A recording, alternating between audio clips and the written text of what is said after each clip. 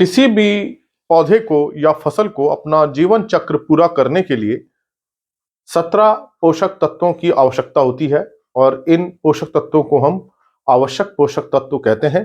और आज तक जो रिसर्च की गई है उसमें पाया गया है कि 17 तत्वों का भूमि के अंदर होना बहुत जरूरी है। वैसे तो पौधे बहुत सारे पोषक तत्वों का अवशोषण करते हैं, लेकिन 17 पोषक तत्व बहुत ही आवश्यक हैं। अगर इनकी कमी होती है तो उत्पादन में कमी आती है, और अगर मान लीजिए ये है ही नहीं तत्व भूमि में, तो पौधे अपना जीवन चक्र पूरा नहीं कर पाते।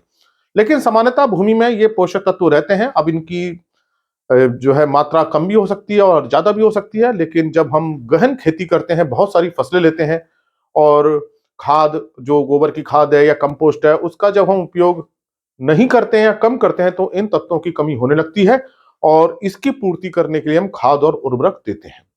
तो ये बात है पोषक तत्वों की और 17 आवश्यक पोषक तत्वों की। और इसमें से जो 9 पोषक तत्व होते हैं उनकी आवश्यकता बहुत ज्यादा होती है।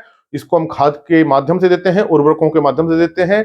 नाइट्रोजन है, फास्फोरस है, पोटेशियम है, कैल्शियम, मैग्नीशियम, सल्फर। तो ये तो हम बहुत ज्यादा उर्वरक प्रयोग करते हैं। फिर कार्बन, हाइड्रोजन, ऑक्सीजन, पौधे इसको हवा और पानी से ले लेते हैं। तो ये तो 9 तत्व हो गए। अब बचे 8 तत्व। ये जो 8 तत्व हैं सूक्ष्म पोषक तत्व कहलाते हैं, क्योंकि पौधे को इनकी आवश्यकता बहुत कम होती है। अगर जरा सी भी ज्यादा ये हो गए तो पौधे पर इसका विपरीत प्रभाव आता है। तो ये जो 8 पोषक तत्व हैं ये हमको पता होने चाहिए। ये जो 8 पोषक तत्व है, जिंक है, कॉपर है, मैग्नीज है, आयरन है जिसे हम लोहा कहते हैं, क्लोरीन है, बोरोन है, मोलिब्डेनम है और निकिल है। तो ये जिंक, कॉपर, मैग्नीज, आयरन, लोहा, क्लोरीन, बोरोन, मोलिब्डेनम और निकिल। तो अब बात यह है कि हम जो ये पोषक तत्वों की आवश्यकता बहुत कम होती है, तो हमें ये तत्व कब देने चाहिए। तो पहले हमें ये समझना पड़ेगा इन तत्वों का काम क्या है पौधे के अंदर। देखिए, ये जो पोषक तत्व हैं, ये जो सूक्ष्म पोषक तत्व हैं, इनकी आवश्यकता कम क्यों है जबकि नाइट्रोजन, फास्फोरस की आवश्यकता ज्यादा क्यों है। नाइट्रोजन, फास्फोरस, पोटेशियम, ये जो तत्व हैं, ये जो है पदार्थ में कार्बनिक पदार्थ बनाते हैं। मतलब कार्बोहाइड्रेट बनाते हैं, प्रोटीन बनाते हैं, फैट, लिपिड, शुगर, फ्रक्टोज, जो भी होती हैं शुगर्स, उन सबको बनाते हैं। और जो ये सूक्ष्म पोषक तत्व होते हैं, इनका काम होता है जो प्रोटीन बन रही है उसमें सहायता करना। किसके माध्यम से सहायता करना? एंजाइम्स। ये एंजाइम्स बनाते हैं, ये हार्मोन्स बनाने में सहायता करते हैं। तो ये इनका जो मुख्य काम होता है प्रकाश संश्लेषण की क्रिया को बढ़ाना, एंजाइम को बनाना, और वो एंजाइम प्रकाश संश्लेषण की क्रिया में सहायता करते हैं। तो इसका मतलब जब प्रकाश संश्लेषण की क्रिया अच्छी होगी तो पौधे की उपज भी अच्छी होगी। फिर बीज की वृद्धि करना, फूलों की वृद्धि करना, उसमें ये सहायता करते हैं। ये डायरेक्टली इन्वॉल्व नहीं होते, जो नाइट्रोजन, फास्फोरस को सहायता देते हैं, जिससे पौधे के अंदर प्रोटीन अच्छा बनता है, कार्बोहाइड्रेट अच्छा बनता है, फूल अच्छे आते हैं, फल का साइज बड़ा होता है। तो इनका जो मुख्य काम रहता है वो एंजाइम को एक्टिवेट करना रहता है, हार्मोन्स को बनाने में सहायता करते हैं। और हम जानते हैं हार्मोन्स पौधे के लिए बहुत जरूरी है, पौधे की वृद्धि के लिए जरूरी है। तो जब कभी इन पोषक तत्वों की कमी होती है तो ये एंजाइम्स कम बनते हैं, हार्मोन्स कम बनते हैं, पौधा छोटा रह जाता है। हम नाइट्रोजन, फास्फोरस, पोटेशियम खाद देते रहें, लेकिन इनकी कमी आ जाए, पौधा छोटा रहेगा। फिर हम बाहर से एंजाइम देते हैं, ग्रोथ हार्मोन देते हैं, तरह तरह की चीजें यूज करते हैं, लेकिन फसल में उतना असर नहीं आ पाता, क्योंकि वास्तव में जो कमी हो रही है वो इन सूक्ष्म पोषक तत्वों की हो रही है। तो इसका मतलब यह है, अगर हम शुरू से ही सूक्ष्म पोषक तत्व दे रहे हैं तो फिर हमें फसल में अच्छा उत्पादन मिलेगा। फिर हमको किसी तरह की कोई हार्मोन या एंजाइम डालने की जरूरत नहीं पड़ेगी। वास्तव में कमी किसकी हो रही है? पोषक तत्वों की हो रही है। और उन पोषक तत्वों की कमी से ये एंजाइम पौधे के अंदर कम बनते हैं, हार्मोन भी कम बनते हैं, और प्रकाश संश्लेषण क्रिया अच्छी नहीं होती है। तो ये डालना बहुत जरूरी है। अब बात यह, हम इसको कब डालें? बुआई के समय डालें या इसका हम छिड़काव करें? अधिकतर आप विज्ञापन देखेंगे, माइक्रोन्यूट्रिएंट्स का देखेंगे, इसको माइक्रोन्यूट्रिएंट कहते हैं अंग्रेजी में। आप देखेंगे उसका स्प्रे के लिए बहुत ज्यादा रिकमेंडेशन की जाती है। लेकिन मेरा सजेशन यह है कि आप जो सूक्ष्म पोषक तत्व डालते हैं वो शुरू से ही भूमि में डाल के चलिए। चिलेटेड वाले आते हैं उसको डाल के चलिए, चाहे साल्ट वाले आते हैं उनको भी डाल के चलिए।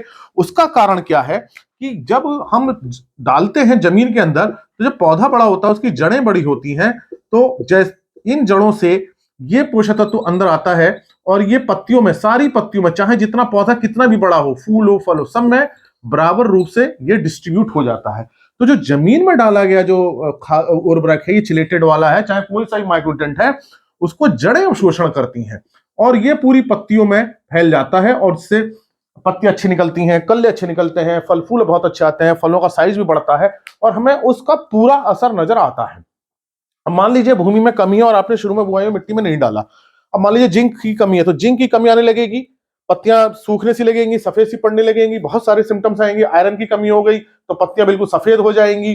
तो बहुत सबके अलग अलग सिम्टम्स हैं। बोरोन की कमी है तो फल का साइज छोटा रह जाएगा। अब आप क्या करते हैं, उस समय उसका स्प्रे करते हैं जब हमें इसकी कमी नजर आने लगती है। तो अब तो पौधे के अंदर कमी आ गई, वो अपने सिम्टम्स दिखा रहा है, अब हम इसका स्प्रे करेंगे तो उतना फायदा एक तो हमें मिलेगा नहीं, क्योंकि उसके अंदर कमी आ गई है। जब कमी आ गई तब उसने अपने लक्षण दिखाया और उस लक्षणों को देखने पे हमने उसका स्प्रे किया। तो एक तो पहले उसके अंदर कमी आ गई है, उसका प्रभाव आ गया, उस प्रभाव से वो लक्षण आए हैं, तो हम उसकी पूरी क्षतिपूर्ति नहीं कर सकते। नंबर एक बात यह है। दूसरा, स्प्रे जब हम करते हैं, मान लीजिए हमने किसी माइक्रोन्यूट्रिएंट का स्प्रे किया और वो स्प्रे की पत्तियों पे यहां पड़ा या इन पत्तियों पे यहां पड़ा, तो ये जो छिड़काव वाला जो स्प्रे वाला जो तत्व होता है पत्तियों के अंदर, पौधे के अंदर पूरी तरह अच्छी तरह से घूम नहीं पाता, जिसको हम ट्रांसलोकेशन कहते हैं या रीट्रांसलोकेशन कहते हैं। जब पत्ती घूमता है, आता है, बीज में जाता है, उसको रीट्रांसलोकेशन कहते हैं। तो इसका पत्तियों के अंदर जो मूवमेंट है पौधे के अंदर बहुत अच्छी तरह नहीं हो पाता है, जितना कि जड़ों द्वारा अवशोषण से होता है। अगर ये जड़ों से लिया गया होता, ये यहां पे होता, तो ये पूरे पौधे के अंदर फैल जाता। तो हमको स्प्रे करने के बहुत ज्यादा लाभ इसलिए नहीं मिल पाते। एक तो हम स्प्रे कब कर रहे हैं, जब उस पर लक्षण आ गए। लक्षण तब आए जब उसमें कमी आ गई। अब तो उसके अंदर कमी आ गई, उस कमी को पूरी नहीं कर सकते, नंबर एक। नंबर दो बात, स्प्रे जो है वो पौधे को उतना लाभ नहीं पहुंचा सकता जितना जड़ द्वारा अवशोषित होता है। लेकिन इसका मतलब यह नहीं कि हमें स्प्रे नहीं करना है, क्योंकि देखिए लक्षण आ रहे हैं, पौधे के अंदर कमी आ रही है, तो हम स्प्रे करके उस कुछ कमी को दूर कर सकते हैं। तो स्प्रे जो है आपका दूसरा ऑप्शन होना चाहिए। पहला जो ऑप्शन है, जो सही तरीका, वो है कि आप शुरू से ही मिट्टी में डाल के चलिए। चिलेटेड उर्वरक है, कोई सा भी आयन वाले हैं, उसको आप जमीन में शुरू से ही डाल के चलिए।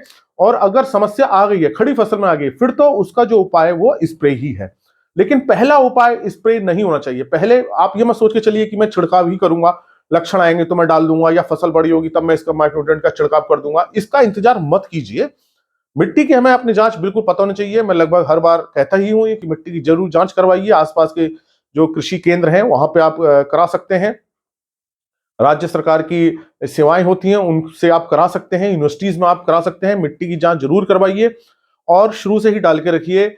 छिड़काव दूसरा उपाय है। पहला जो आपको करना है, पहला उपाय वो यही है कि आप शुरू से ही मिट्टी में डालिए। तो ये मैंने आज आपको संक्षेप में बताया कि माइक्रोन्यूट्रिएंट का मुख्यतः काम क्या है। पौधे के अंदर एंजाइम और हार्मोन की एक्टिविटी को बढ़ाना, जो नाइट्रोजन फास्फोरस है उसके काम को सहयोग करना, प्रोटीन बनाने में सहायता करना, प्रकाश संश्लेषण क्रिया में सहायता करना। और ये इनकी इसलिए आवश्यकता कम होती है क्योंकि ये जो एंजाइम को बनाने का काम करते हैं, ये प्रोटीन में डायरेक्ट इन्वॉल्व नहीं होते हैं, ये फैट के अंदर डायरेक्ट नहीं होते हैं, लिपिड्स के अंदर डायरेक्ट नहीं होते हैं, उसके स्ट्रक्चर में नहीं होते हैं। ये एंजाइम और हार्मोन को बनाने में सहायता करते हैं। फल का साइज, जैसे बोरोन है, बोरोन फल का साइज बढ़ाने में सहायता करता है। तो इसलिए आप जो उर्वरक प्रयोग कर रहे हैं वो कोशिश ये कीजिए मिट्टी में डालिए माइक्रोन्यूट्रिएंट वाले, और अगर उसकी कमी फसल में आती है तब उसका छिड़काव कीजिए। फिर से मैं इस बात को कह रहा हूं, छिड़काव जो है दूसरा उपाय है। वो एक तरह की हमारी इमरजेंसी का, वो हमें ट्रीटमेंट करना है, पौधे को बचाना है, उसकी प्रोडक्टिविटी को कम होने से बचाना है, वो उपाय है छिड़काव। तो भूमि में आप माइक्रोन्यूट्रिएंट्स के फर्टिलाइजर डालिए। जैसे हम एनपीके खाद डालते हैं, यूरिया डालते हैं, एसएसपी डालते हैं, वैसे ही इसकी खाद भी जो होती है वो भी डालिए, लेकिन मिक्स करके मत डालिए। जो खाद जो डालते हैं उर्वरक होते हैं, केमिकल्स होते हैं, आपस में रिएक्शन कर जाते हैं, कभी कुछ पसीज जाती है, पानी हो जाता है, लम्स बन जाते हैं, ढेले बन जाते हैं, इस तरह के कंपाउंड्स बन जाते हैं जो पौधे को उपलब्ध नहीं हो पाते, घुलनशील हो जाते हैं। फिर हम सोचते हैं इस खाद को मिलाएं या ना मिलाएं। तो कोशिश हमें ये करनी चाहिए कि खाद को हम अलग अलग डालें, एक साथ ना मिलाएं। कुछ नुकसान हो सकता है, बहुत से नुकसान ऐसे होते हैं जो जमीन के अंदर जाके होते हैं, कुछ पौधे के अंदर जाके होते हैं। तो इन नुकसानों से बचने का बेहतर तरीका यही होता है कि आप खादों को ना मिलाएं, माइक्रोन्यूट्रिएंट्स खादों को ना मिलाएं, उनको अलग से ही प्रयोग करें। बहुत सारी केमिकल रिएक्शंस ऐसी हो जाती हैं कि न्यूट्रिएंट्स अवेलेबल नहीं हो पाते हैं। तो ये आज मैंने आपको बताया कि माइक्रोन्यूट्रिएंट जो सूक्ष्म पोषक तत्वों को डालने का सही तरीका यही है कि आप बुआई के समय डालें, और अगर कमी आ गई है खड़ी फसल में तब उसका छिड़काव करें। तो मेरी बात आपकी समझ में आई होगी, आशा है मुझे इस बात का। तो आप ज्यादा से ज्यादा लोगों के साथ इस वीडियो को शेयर करें तो उनको सही जानकारी मिले और खेती में अधिक लाभ ले सकें। अगर चैनल सब्सक्राइब नहीं किया है तो सब्सक्राइब कीजिए। धन्यवाद।